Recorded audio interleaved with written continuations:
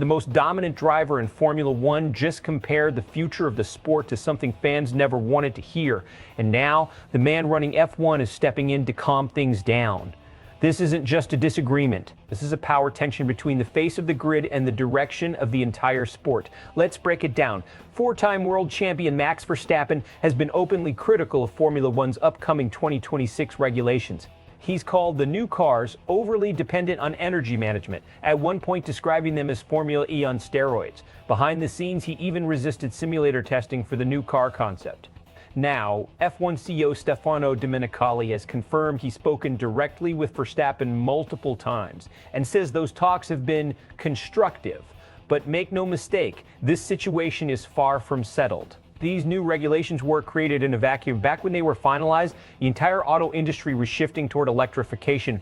Formula One had to follow or risk losing major manufacturers like Audi and Honda. So the sport leaned heavily into hybrid power, energy recovery systems, and efficiency. That's where the problem starts. Drivers, and especially Verstappen, feel like the racing is becoming less about pure speed and more about managing batteries. Instead of pushing flat out, they're lifting, coasting, and conserving. And for a driver built on aggression and precision like Verstappen, that's a fundamental clash. Inside the paddock, this isn't just technical, it's cultural. You got purists who want raw racing. You got manufacturers who want relevance in a changing world. And now, those two forces are colliding in real time. Here's where it gets serious.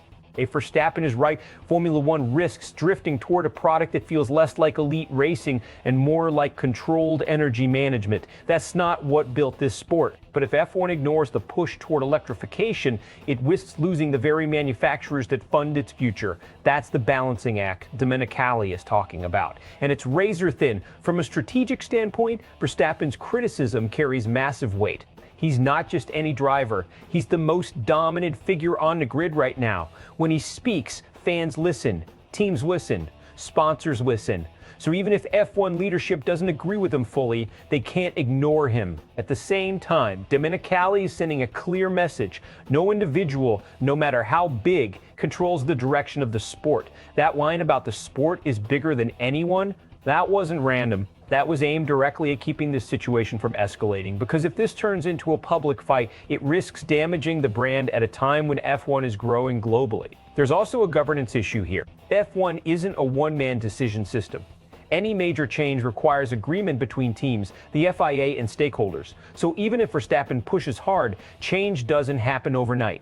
That's why the upcoming meetings, especially discussions around potential tweaks before Miami and long-term changes for 2027, are so critical. This is where influence turns into actual policy.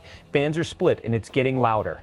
Hardcore racing purists are backing Verstappen. They see this as a fight to protect the DNA of Formula One. But newer global fans, they're less concerned with technical purity and more focused on entertainment and innovation.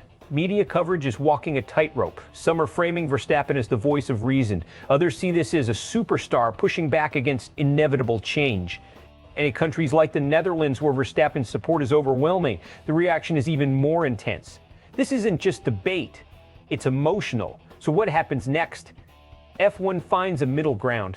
They tweak the energy systems, reduce extreme conservation tactics, and bring back more flat-out racing without abandoning sustainability goals. Verstappen stays engaged, the product improves, and the sport keeps growing. Nothing meaningful changes. Drivers continue managing more than racing.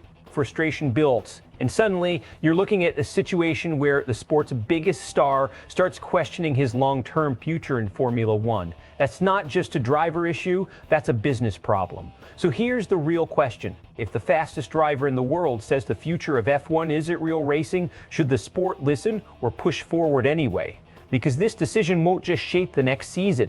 It could define the next era of Formula One. Drop your tape below. And if you want real analysis like this every week, make sure you're locked into SportsWire USA.